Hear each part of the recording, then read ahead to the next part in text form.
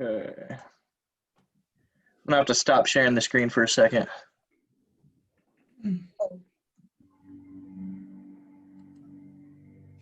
All right, gonna try this one more time. Sorry for the delay.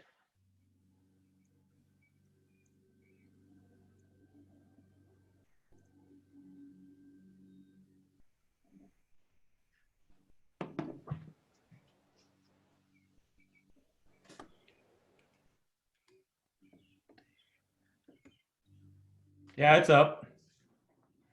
Is it going now? Computer. I'm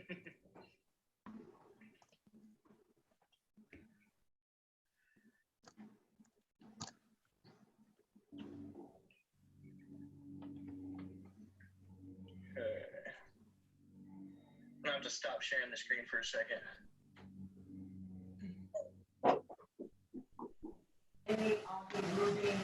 Jerry, Layla, Sonia, and Everett.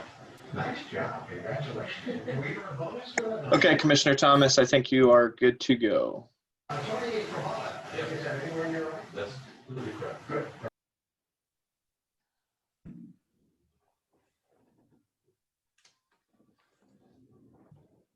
Okay, it's time. Let's call this meeting to order. What happened to our flag? Good question. Why do you need so many icons on your computer? This is what we get for being fancy. Yeah, we really needed that flag. Facebook Live now. Yep. Oh, it says something went wrong. Oh, it's delayed.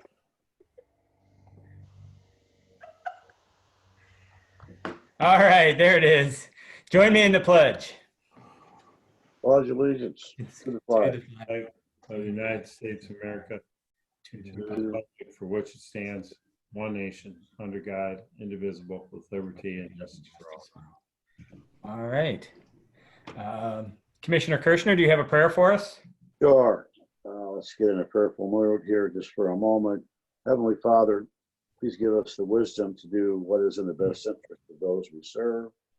We ask in a special way during this pandemic that you watch over those who are both ill and are taking care of the ill, and please comfort those who have passed because of this situation.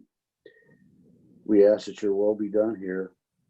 We put you our power and our strength, and we ask you to be with us. We also ask in a special way that you're with those who are protecting our freedoms and with their families. We ask all this in your name. Amen. Amen. Roll call, Nikki. Commissioner Thomas, Here. Commissioner Paradiso, Here. Commissioner Kirschner. Here. I'll accept a motion to approve the digital audio video recording from the previous board session. So moved. Second. Roll call. Commissioner Kirschner, Yes. Commissioner Paradiso, Yes. Commissioner Thomas. Yes. All right. Do we have any adjustments to the agenda tonight? All right. Tonight we are in Liberty Township virtually. And so I would just like to invite our Liberty Township folks to introduce themselves, their trustees and whatnot, and welcome you to our meeting and thank you for joining us tonight. We try to circulate around the county, and you guys are up next. So fortunately, we got a rainy night and you didn't have to be in the fields or whatnot. So who do we have on? We have Joe. Tim Lynch. I think you have both the Lynches and Mr. Jeff. Clement. Yeah, we're all here. All right. Good. Well, thank you. I think we'll go into our commissioner reports. I don't have much myself tonight, but a couple things. One is next week I would like to consider sending a letter to Tiffin City Council about support of the DORA. So if you either one of you have any thoughts on that, I know we put it out there a couple times, but they're going to be voting on that pretty soon. So I would like to put together a letter of support for that and get that on the agenda next week. But other than that, we did get preliminary sales tax information on auto sales, and our collections are still good, but we know that auto sales across the state are down about 50%. So that pressure is still coming, and we'll see that in full force June, July, and August. So other than that, Tony, any report? Just a couple things. I'd like to let everyone know that we had a Fostoria Economic Development meeting this morning virtually. It was the first meeting since January, and it was nice to see everyone from that area on our call. A lot of positive things are going on in Fostoria and the surrounding area. It was very encouraging that there are projects in the hopper. There are businesses that are still out there looking. They expect a few very positive announcements here in the near future. In addition, we heard from the Chamber and Travel Visitors Bureau. I'm sorry, and they had a real nice farmers market last weekend. Things seem to be going in a positive direction. They've opened up the Learning Center. Driver's ed's taking place. Building trades are going on. The youth build is getting underway. This summer, group of students will be rehabbing one of the land bank houses, I believe. And so a lot of good things going on there. So I want to thank them for their just hard work. And of course, we as commissioners cut their funding in half as part of all this COVID issue. They, I think they understand why we had to do it, but I'm looking forward to working with them in the future, and hopefully we can revisit that down the road as things get better. Secondly, we talked the last meeting about a walk-by thermometer that would take your temperature. That is over in the Justice Center, being used and tested. It's been there 2+ days. Commissioner Kirsch and I went over yesterday. I spoke with I spoke with Judge Schuff, Judge Kevley, and Judge Meyer. They like it. The sheriff likes it. We've had IT over there. We've had Roger Coons, president of North Coast. We've been in discussions with him, and we're waiting on some numbers, some final numbers from North Coast. I have asked them just to have them to give us the best number one, and number two, if we were to buy 5 or 10, would there be a price break? There is some interest out there among other organizations. I want to throw in two points of the funding.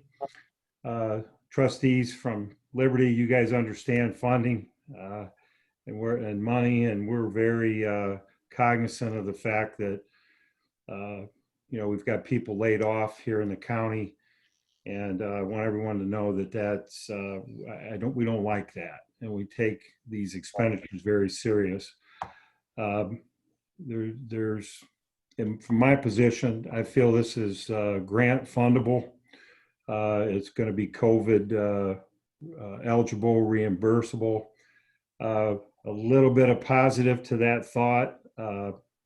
Mirsha from the Mental Health Recovery Center has obtained a grant to pay for 20% of this total bill. As Pivot meets there at the Justice Center on Thursdays, he was able to take 1/5 of the cost, and he is also purchasing 2 additional ones for his use in his department, and was able to obtain a fund through the COVID process. So our 80% share, when we finally get to that point, will not be, we can't guarantee it, but we're hopeful it doesn't come out of the general fund and that it's grant fundable at the back end. So I just want to give you that update so we're all on the same page. Commissioner Kirschner, you want to add anything to that? As far as the temperature device, Yes, they took your temperature and you passed, so that was a good thing. yeah, I feel, that was my annual doctor's visit for the year. Yeah, it's a good device. I think that the added person that liked it, that's probably the most important in this mix, is the sheriff's deputy that was at that actually has to screen people as they come into courthouse. It's one less touch she has to make. I think there's a sense of a feeling of relief, if you will. We are all suspicious of each other these days. Unfortunately, if you see somebody sneeze in public, they're public enemy number one. So people get a sense that they're a little safer with that temperature screening happening before they enter the building. And there are a lot of situations, for example, pivot day, that there are 30 or 40 people in one courtroom. They're social distancing and they're wearing masks, but still there are a number of people there. So I think it gives them a sense of security, and we want to make people feel safe, and this is another way to do it. And just one final thing, the chamber search, the executive committee of the chamber has narrowed the field down to 2 finalists. They will be interviewed next week. We 3 commissioners will be invited to attend a Zoom call with each of the candidates, and then we each independently will get a follow-up call from the chair of the committee, asking each one of us independently what we feel, any suggestions we may have. As everyone knows, Destination Seneca County and the bed tax is kind of underneath the chamber. So they made it very clear, and we made it very clear to them that we wanted to be included in the process, and that's moving along. And next Wednesday you'll be getting information, both of you, as far as the times of the call. That's all I have. Thank you. And I'd like to welcome formally trustees from Liberty. Nice to have you on. Thanks for attending. Thank you, Tony. Mr. Kirschner, do you have a report I've today? got a couple things. I'm not sure how many folks from Tiffin Seneca Economic Partnership are on this evening. And I don't want to steal their thunder. I was going to kind of give a review of the executive committee meeting from Wednesday morning, kind of a follow-up with, as Tony did on Fostoria Economic Development. But if Audrey or Nick or Amy are on the call. No, we're gonna be monster cars. Hello. Yes, Audrey, you are on the call. So I won't go over your presentation. How about Nick? I don't think Nick is on with us. You just wanted a overview of the executive committee on Wednesday? No. I can do it. I just didn't want to steal your thunder later. So No, go ahead. I'll fill in any holes that you leave. Go right ahead. all right, I appreciate that. Well, And servant here. Just turn outside.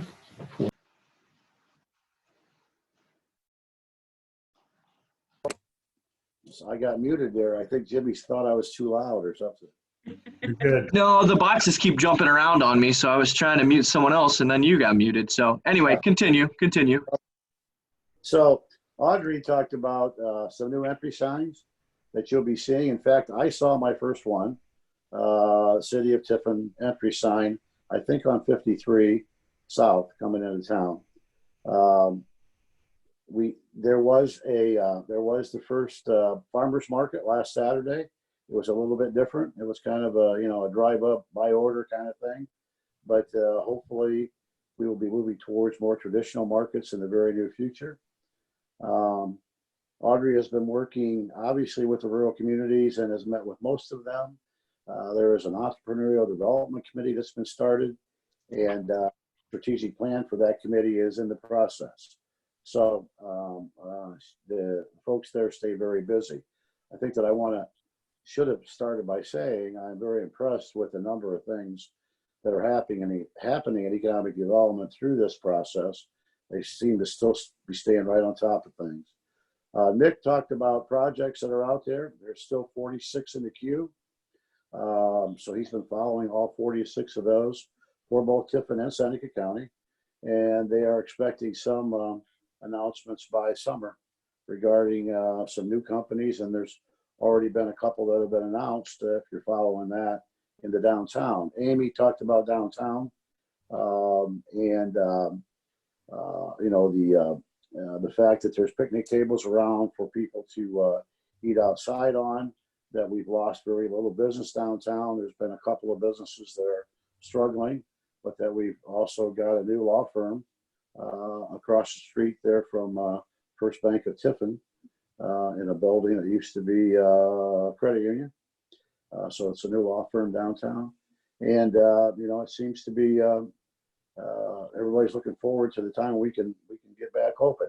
And the last thing that I want to talk about is that just so the public knows, every Tuesday afternoon, we have a meeting with all of the elected officials and the department heads.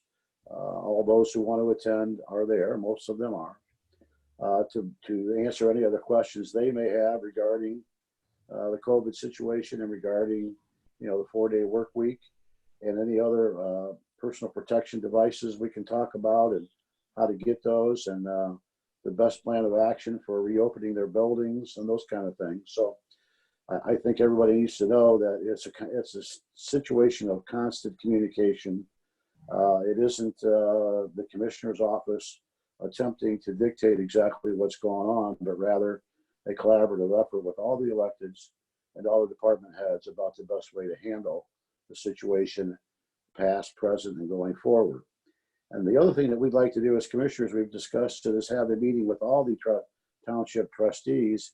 I guess I'll ask our friends from Liberty if they think that that's a good idea to kind of get everybody up to date on where the county's at, with not only funding, but also with reopening and hopefully at some point discussing rehiring people on a full-time basis and any other aspect of the pandemic that you might have questions about. We fortunately have been able to be in close contact with State Representative Reinecke and also with our state senator, Dave Burke, and we may have some information that you don't, or you may have some information that we don't. So it would be nice to maybe share that from my chair. I don't know what you guys think about that. I guess, Shane, at some point we can ask their reaction to that during the meeting. Yeah, that sounds good. We can have that conversation. Yeah. Okay. Anything else, Mike? That's my report. All right. Good job. Yeah. I think I made a few loans to Tony when he owned that building where that new law office is at. Yeah. Yeah, I think that's how we bought it. Yeah. I might have that legal description memorized. I don't know. All right. How about the administrator's report, Stacy? Nope, I figure we had a bunch going on tonight, so. All right, good. Any old business? New business. We have a proclamation that we'd like to read, and Commissioner Paradiso has that, so I'll turn it over to him. Yes, this is National EMS Week, and the commissioners have a proclamation I would like to read. Whereas the Seneca County EMS volunteers have been the primary emergency medical service providers serving the citizens of Seneca County with safe and efficient pre-hospital care since 1979. And whereas Seneca County Emergency Medical Services has been providing quality and safe advanced pre-hospital, I think Mike might need some help over there. safe advanced pre-hospital medical care for more than 40 years. And whereas the delivery of pre-hospital care is a difficult, dangerous, and thankless job requiring many hours of training and continuing ed due to the strict licensing criteria set forth by the state of Ohio and the National Registry of Emergency Medical Technicians. And whereas the emergency medical service personnel are volunteers and receive only minimal compensation for their efforts. And whereas the Seneca County Emergency Medical Service operates effectively and efficiently to provide community-based ambulance service because of the selfless dedication and sacrifice of the volunteer emergency medical personnel and their families. Now, therefore, be it resolved that we, the Board of Commissioners, Seneca County, Ohio, do hereby proclaim May 17th, May 23rd, 2020, National EMS Week. Ken, I see you join us. Would you like to say anything? Sure. Yeah, that was well read, Tony. Thank you. And I know that all the volunteers and all the EMS professionals that we have on staff, thank you and the board members for the support over the years, 40 plus years now that we've been doing this. This year's a little different because of the COVID-19. EMS Week, National EMS Week is the third week in May every year, has been since 1974. Normally we have big celebrations, people have picnics, outdoor deals, big gatherings. Not so much this year because of the preparation and the separation that we have to do to make sure that we're ready for this. The slogan, the mantra for 2020 EMS Week this year is ready today, preparing for tomorrow. Seneca County EMS kind of lives by that, at least for the past 7 or 8 years. We've been moving towards a different way of structuring. And that's kind of important to remember that just because we've all had to prepare for COVID and all the things that we do, which our professionals are doing amazing at, and we're not afraid of the virus because we train to separate and isolate ourselves from body substances anyway. This is just an extra step. But what we can't do is lose focus on what we're trying to do in the future. And that's kind of a big deal. And that's the rallying cry this year for National EMS Week. And I appreciate your guys' support over the years and continuing. And thank you for the proclamation. Yeah, we absolutely appreciate every one of our volunteers, and we have so many great volunteers, across the county. And no question, we continue to evaluate EMS delivery across the county, and those conversations are ongoing. And we're going to continue to talk about that and try and refine it and hone it and make it the best for everyone. How many years of PPE do we have on hand now, Ken? We're doing pretty well. For a while there, we didn't have too many transports. The population, the citizens, the folks out there in the county were listening to the guidance, and they weren't calling EMS for anything other than a true emergency. So we didn't use as much. Our burn rate was low, as they say in the business, and we have laid in a pretty good stock. And we had plenty on hand to begin with. So we were fortunate that our planning was ahead of the game on this. And now the supply has caught up. So we're doing really well.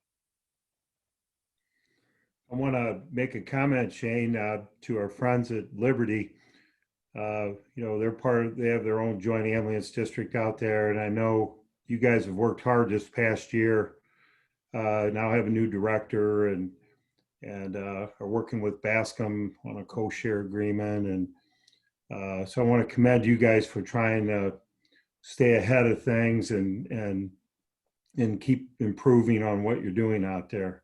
I know I've attended 2 or 3 meetings. Ken, I've been there a couple with you. And so I just want to recognize to the trustees out there that, you guys, I know that falls under Bettsville and that whole area, Jackson, Liberty. I think you made a nice transition over to the new director, and you guys are working on it. So appreciate that. Thank you. All right, let's move on to new business. Okay, I think I'm going to jump down to one of the resolutions I have because I think Brian Crozier's on here and Ileta sit in. We have the resolution for the purchase agreement for the airport property. So I figured if you guys had any questions, let me get the information. The FAA has agreed to pay for 100% of the allowable cost for this purchase. There's parcel E2FGU, total of 37.48 acres. I know those letters don't mean anything to me, so I don't know if they mean anything to you. Total cost is $587,481. And again, with the FAA, initially it was a 90-10, and with some events that have gone on recently with COVID, and I can ask Brian to comment on that, they have agreed to do this 100%. And since we were working on this plan anyway, we had it in the queue. Yeah, so just to go back, I mean, we do a 20-year plan. It's a rolling plan. And, you know, since I've been in business, the county has been working on a plan that will extend the runway, acquiring the land, and most importantly, reducing hazards around the airport, trees, obstructions for pilot safety. And so a number of years ago, we started down this path of looking at this parcel of land, which is adjacent to the airport. And it took a series of appraisals and to arrive at a price. And we've arrived at that through appraisal process. And so we had it in our queue, and serendipitously, the FAA released some additional funding for us to pursue this acquisition, which is absolutely in our long-term plan. So, you know, I think we're in a good position to do this transaction. And, you know, it's nice that it's grant funded. We can't lose track of our long-term plans, even though we have, you know, some short-term crisis. So, you know, I don't know if either one of the other commissioners want to jump in on that, or if we want to turn it over to Brian and give him some mic time. So Brian is our engineering firm that we hire to do our long-term planning and strategic acquisitions for the airport. And so we maintain that plan. So we are eligible for this funding. So Brian, do you want to say a few words? Yeah, sure. Can you hear me? Yep. So my name is Brian Crozier. I am with Stantec Consulting. We're based in, my office is in Columbus, Ohio. We are the consultant of record for the airport right now, and the current project that we're looking at out there right now is for the acquisition of land along the south side of the airport. There's a lot of trees and obstructions down in that parcel of land that will be removed from there. I think actually Brad has already worked on some of those. But in addition to that, one of the big concerns for the FAA is protecting some of the safety areas around the airport, and the access for this land runs through the runway protection zone right off of the end of the runway. Acquisition of this land will eliminate that access and will protect that space for incoming aircraft so that there's no hazards in there as anything's coming in. As they alluded to, the CARES Act that was passed by the federal government here about a month ago now actually had a lot of money in it for airports and FAA. And so there were two chunks of money that were set aside for a lot of the airports in Ohio. First, all of the already planned for 2020 airport improvement program grants were given a 10% match. Normally those grants are 90% FAA and 10% local funded. With this extra funding, they've kicked in the extra 10%, so all eligible costs will be paid for at 100% for this year for the airports. In addition to that, there is a secondary pool of money that was out there for general aviation airports like Seneca County. The commissioners will also be receiving a grant for $30,000 from the FAA. That grant can be used for operational expenses. Sorry about that. Essentially, anything that they would use out there that might help with electric bills. Essentially, the intent of it was the FAA was anticipating revenue shortfalls, budget cuts, exactly what you're dealing with up there right now. And this money is to help some of these smaller airports get through all of that. So while this might not be the best time for a lot of people financially for airports, they're actually in pretty good shape right now if they're looking for FAA funds.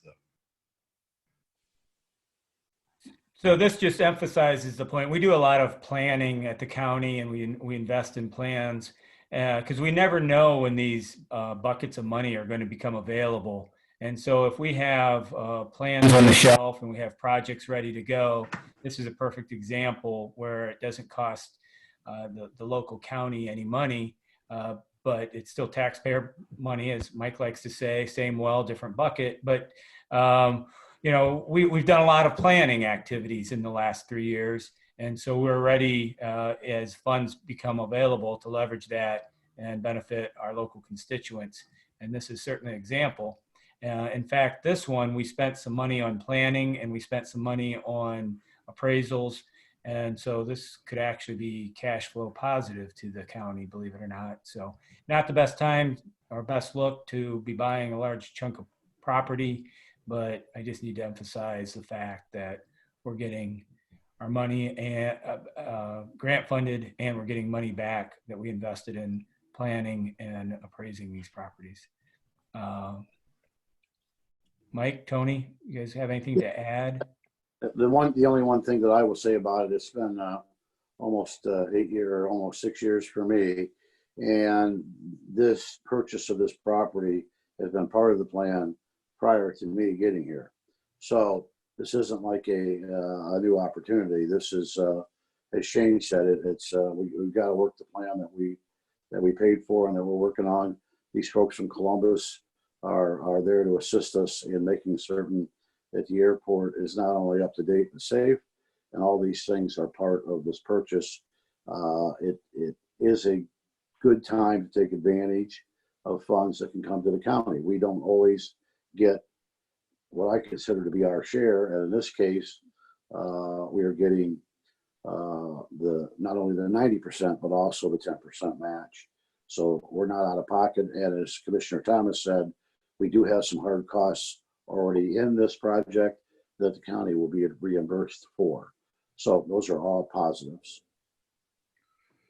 Yeah, just to add for those, and Brian, you may want to make a comment, but the Seneca County Airport is one of the top airports in the state as far as our size for our region, as far as activity, takeoff and landings.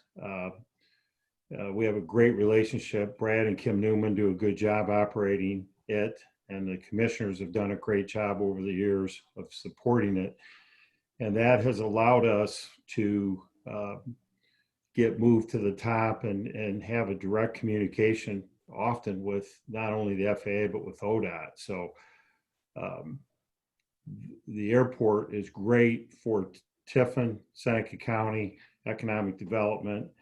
And I mean, all you have to do is just look around at counties our size and you're not going to find anything like it. And so, you know, I think that's something we appreciate, and then it's continue to support. All right, great. Thank you for that, Commissioner Paradiso, Commissioner Kirschner. I'll accept the motion to approve the purchase. I will so move. And I'll second. Any further discussion? All right, Nikki, can you give us a roll call? Commissioner Kirschner, Yes. Commissioner Paradiso, Yes. Commissioner Thomas. Yes. Thanks, Brian, for being here. I really appreciate it. You're always handy, and we couldn't do this without your firm. So I really appreciate it, and we'll probably have that 30,000 in to discuss here in the near future. We'll get Brad Newman in to discuss how we're going to allocate those funds for the best long-term use of the airport and citizens of Seneca County. Other new business, Stacy. Sounds good. Yes. I have a supplemental appropriation request from the sewer district. They need $276.62 into the Hammer Heinzman other line.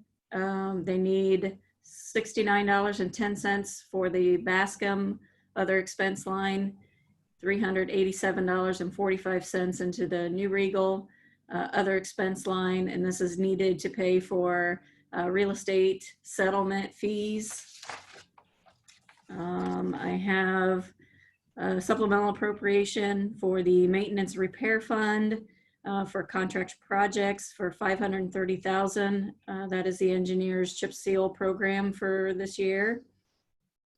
And then I have a supplemental appropriation to the general fund. This is in the land acquisition line. That's $1,000. It was put into the purchase agreement for the Newman property. So the other one I have is a resolution authorizing president of the board, Seneca County Commissioners to sign 2 contracts with IBI Group for the engineering of the Bloomville Sidewalk Project and the Melmore Park Project under the 2019 CDBG grant.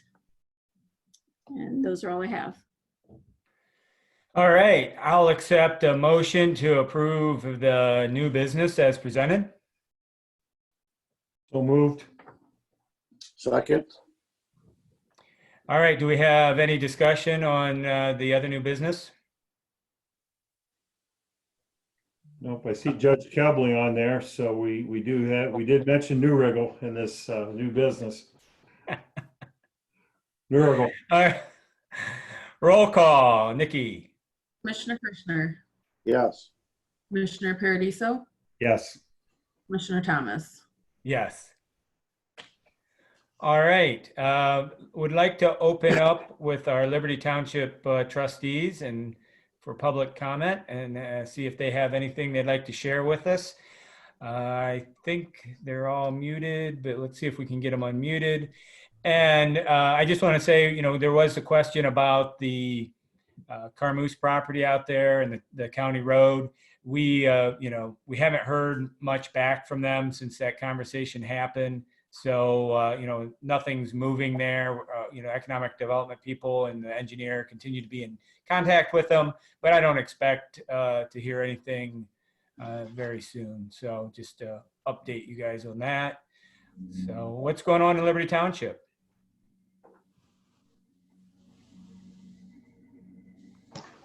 Thanks for having us. It's been a pleasure watching, and it's kind of fun watching a meeting in progress.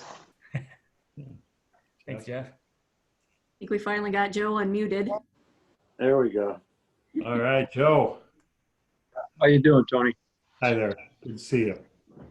It's been pretty quiet out here as far as, where I've been, and uneventful, but I think everybody's been staying safe, and we're trying to do as much as we can to keep everybody safe out this way.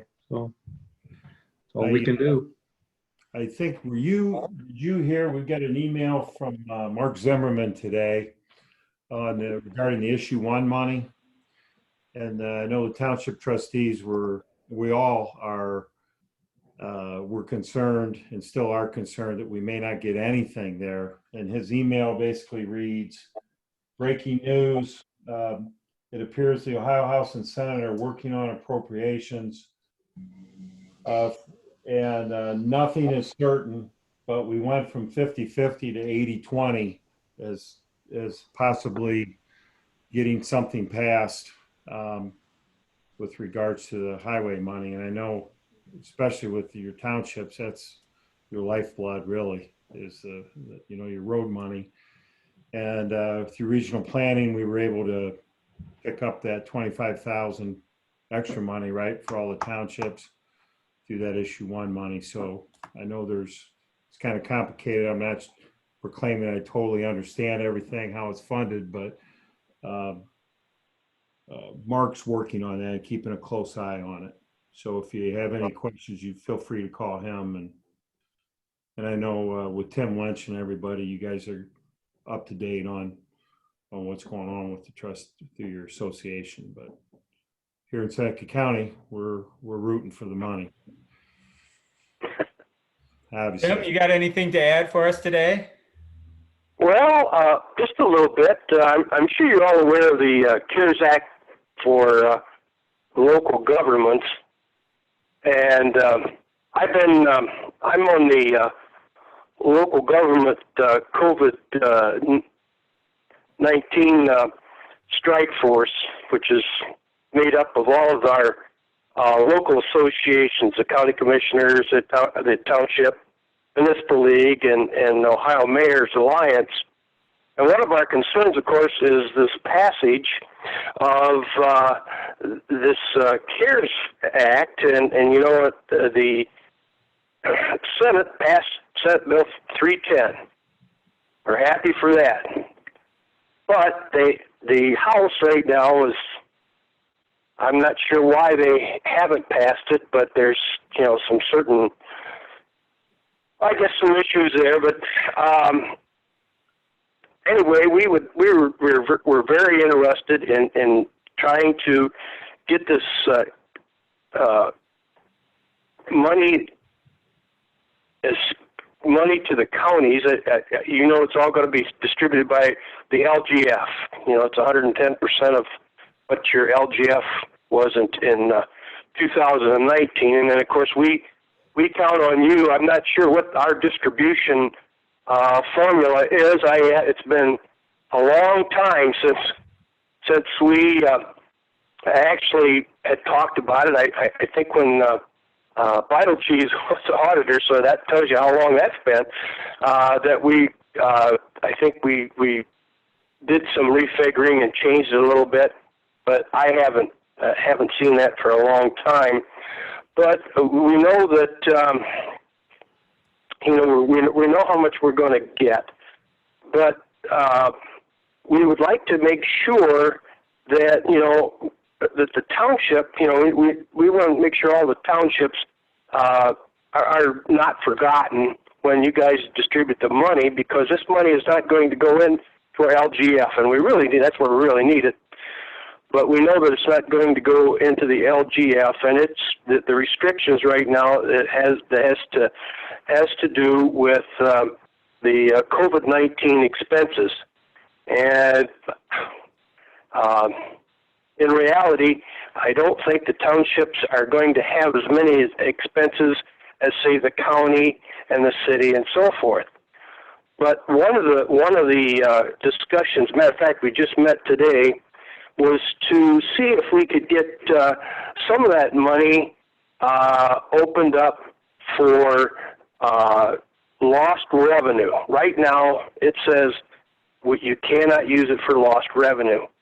And really, township government, this is where, we count on the LGF. Our gas tax, of course, is down quite a bit, and so it's something that I'm asking you as a county to support your county commissioners association and call.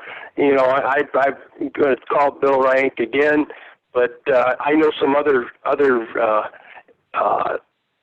representatives from around the state, and give them a call to get this thing passed. But we are also trying to work with, I think Kim Mernick is with the Bureau of Budget and Management. She's part of our group. Is trying to work with Congress and the U.S. Treasury to perhaps relax some of those strict guidelines to get maybe a little bit more money to townships. We're not going to get much of that money anyway, but it would certainly help if we could get, you know, a little bit to and to fill some of that budget shortfall. And it's not gone because we had been spending it. Let's put it that way. So I guess those are just one of the things that a couple of things that I'm concerned about is how we're going to get this money from the House Bill or Senate Bill 310 as soon as it gets passed. And the other, I think that we've been pretty satisfied with what's happening with the county. I mean, we all know that we're having funding issues, but those, if the county would just think about us when they're getting ready to distribute this special fund, and we know we know it'll be in a special fund. It won't be in our LGF, but we would really appreciate that. And I'm speaking for all townships in Seneca County right now. So that's all I have. Well, Tim, Yeah. I think he answered your own question regarding what is the House doing with it at this point. Your concern about the townships is our concern about the counties. And by that, I mean, that money, $1.2 billion that came to Ohio, the House bill the Senate bill that you're talking about, Senate Bill 310 from Matt Dolan, suggests that they distribute $350 million to all but 5 counties. The 5 counties are the big 5 and the municipalities, and they've already gotten 38% of the money. They didn't have to apply for it. There wasn't any bill passed. They just got their money because their population was above 500,000. So what is going on in the House is that they're saying $350 million of $1.2 billion to 83 counties may not be the right number. Maybe it should be larger than that, because if you take 350 from 450, which is pretty much what the big guys already got, you got 800, and you still have another 400 million that is going to be at the state's discretion. Our concern, smaller counties' concerns and townships' concerns should be that of that 400 million, if we talk about being able to use part of that as recouping operating costs, as you suggested, it isn't a bad idea, but our concern is that possibly the big 5 will get another shot at that 400 million because the state left it on the table. That the remainder of the money between 1.2 billion and 450 million belongs to the other counties who are not 500,000 or more population. So we are making every attempt, lobbying the House to get us more than $350 million. Why should we leave that pot of money with the state when it's been directed to and it came from the federal government for the purpose of helping the individual counties, and yet the state of Ohio wants to sit on $400 million and make a decision later about what to do with that money? We all know what happens to money, the state's the state, that they've got to make a decision on later. We many times don't see it. So, now's the time that they're going to appropriate that money, and now's the time that we ought to ask for as much as possible. I agree that part of it could be and should be used for loss of income, and we would distribute that to the townships if we received it. But right now, the only purpose for that money is COVID recovery, period. You have to document that you are recovering costs that you have for COVID, as you probably know, Tim. So yes. When we ask about what's the holdup in the House, the holdup in the House isn't that they don't like distributing the money to the counties. It is that they don't like the fact that Senator Dolan suggested that it should only be, and only in $350 million don't belong in the same sentence, but only be $350 million. Yeah, and we'll unmute Mike Ditto here, and he can jump in. But the the number one thing that needs to happen is there needs to be a change at the federal level to loosen the strings on that money that came to Ohio. U.S. Senator John Kennedy has introduced a bill that would allow adaptation of those funds. And I know that Senator Portman and Senator Brown have both been on County Commissioners of Ohio calls and have committed to help loosen the strings on that money. So that's the first thing that has to happen. And then we can talk about how we distribute it. So I think, as Senator Dolan introduced the bill, I think as using the LGF formula makes a lot of sense. What the number is, I agree, Mike. I think there can be a discussion there, but it very much seems to me like the Senate and the House are just locking horns for sport right now, and that's not helping us. Mike Ditto, do you have anything to add to that?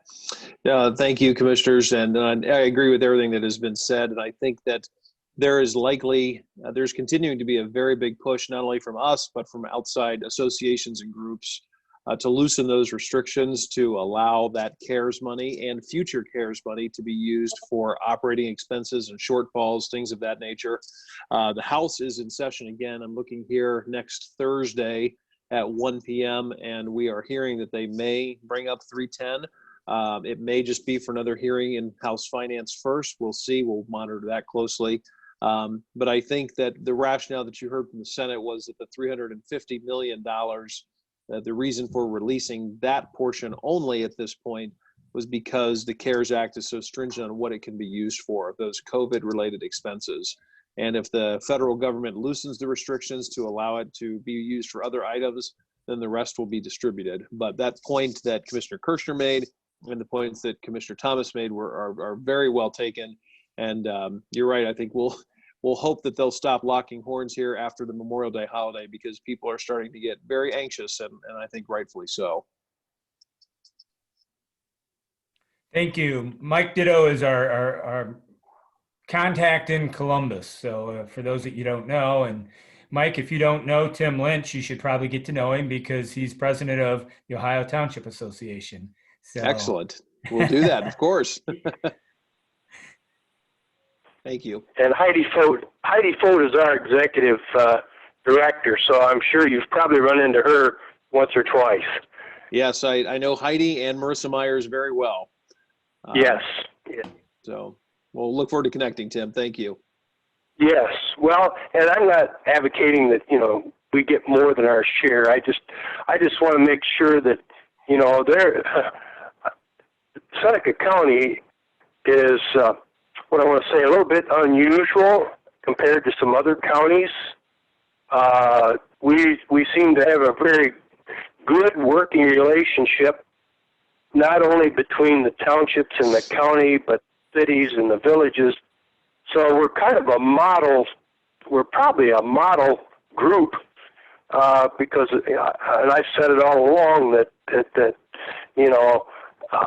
a lot of my cohorts that I come to our county meetings, especially in December, are very impressed how well our county gets along and how well we get together and work with each other in trying to make Seneca County a better place to live. And like I said, I don't even recall.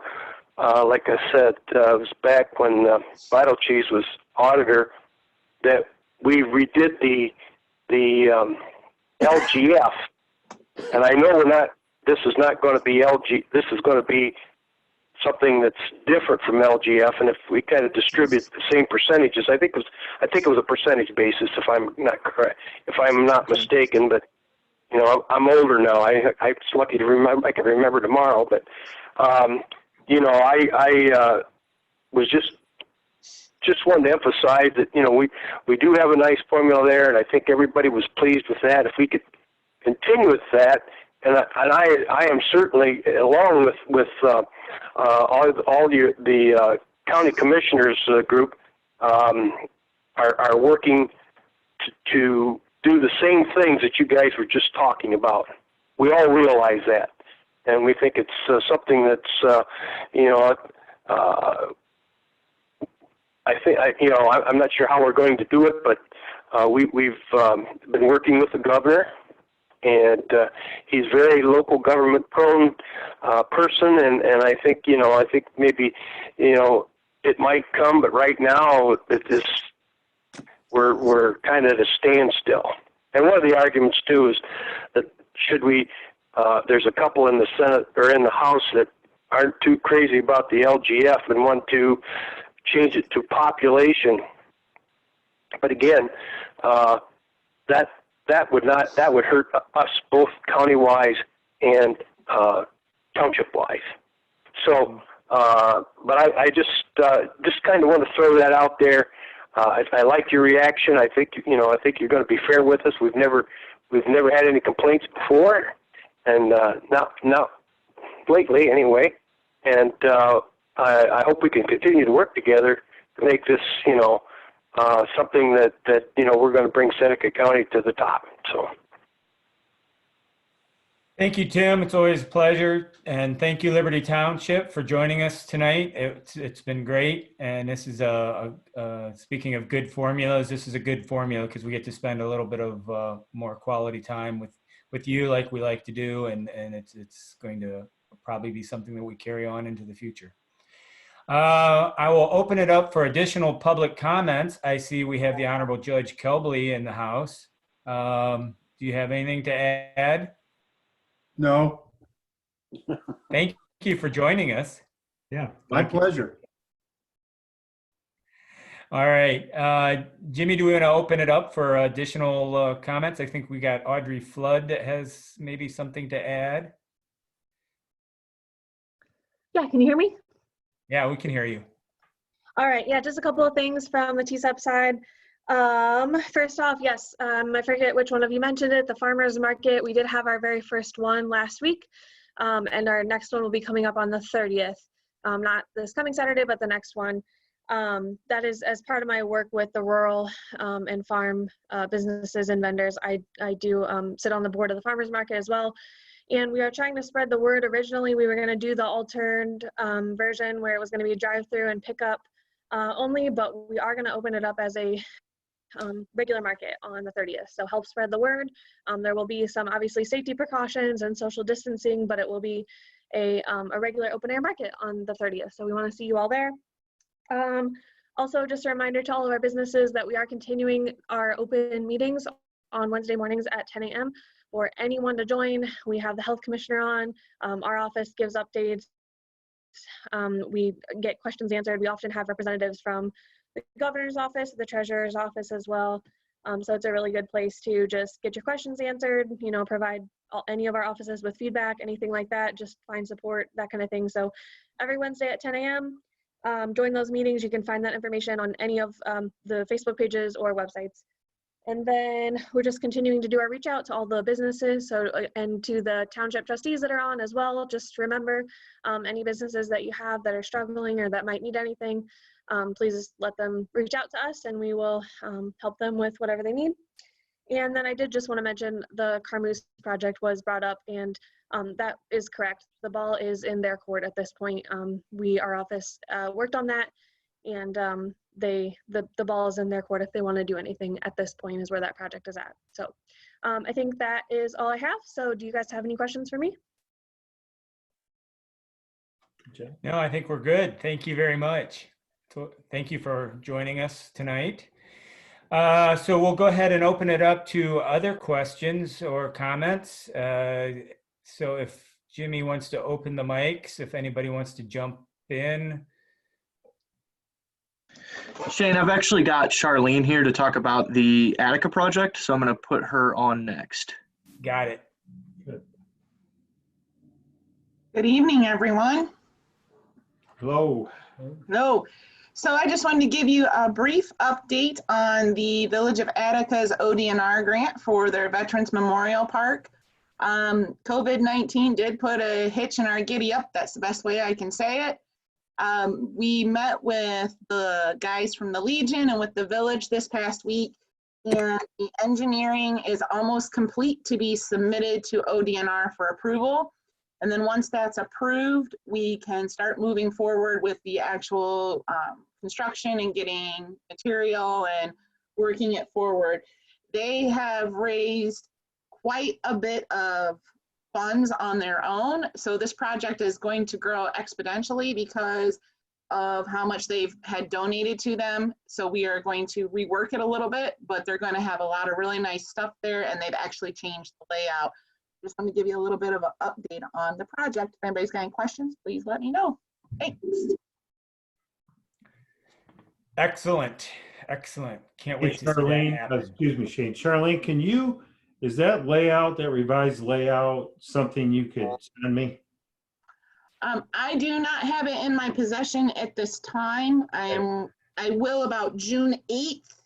We reviewed it with the team, and it goes back to the engineer with a few comments, and then he has to stamp it and sign off on it and get everybody else's approval, and then I can send that to you. Yes. Okay, thank you.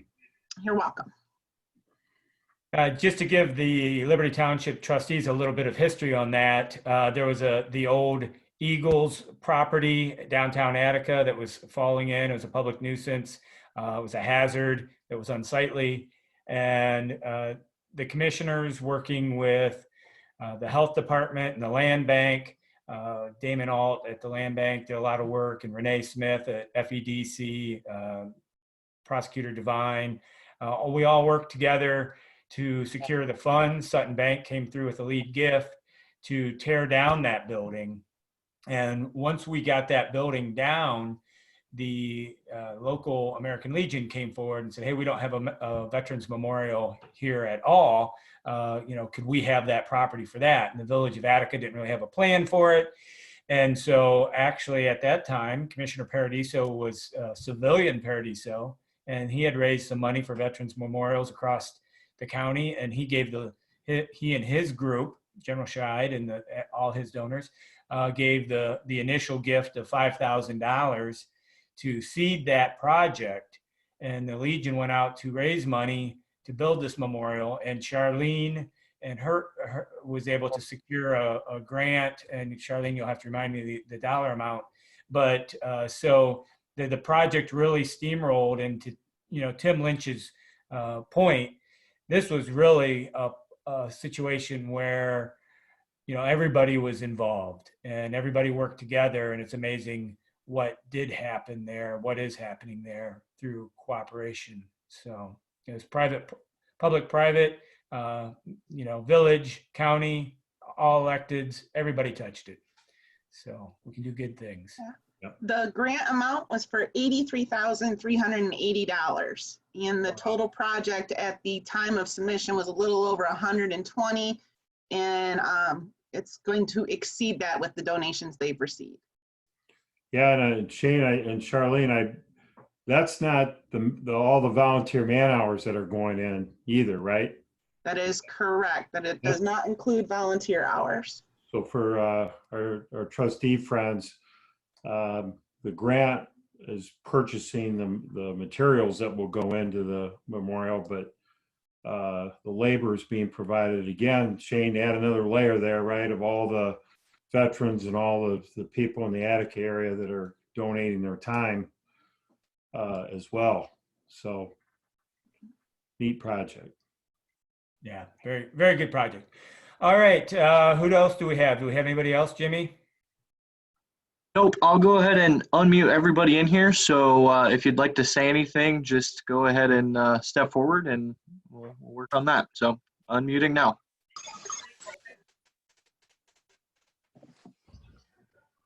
We have anybody that wants to add something? You like old maid? All right. I don't see anybody that has anything else for the good of the order. So I think we will go ahead and adjourn. Thank you, everybody, for joining us. And this will be on Facebook Live. As always, we are available. Reach out and ask us what you need to know. And if you have any questions, or certainly willing to respond. I do want to give a little bit of a shout out to the mayor of Fostoria and the health department. The landfill group had tagged me on something last night about a fish kill in a pond out south of Fostoria. And it turns out that there was some grain that was laid out in a field and had drained into a pond and killed some fish. That's what it looks like, at least. But very responsive mayor of Fostoria, Eric Keckler, and the health department as well, and catching me up on what was going on there. So with that, I think we will go ahead and adjourn. Okay, thank you, everybody. Everyone, thank you, everyone.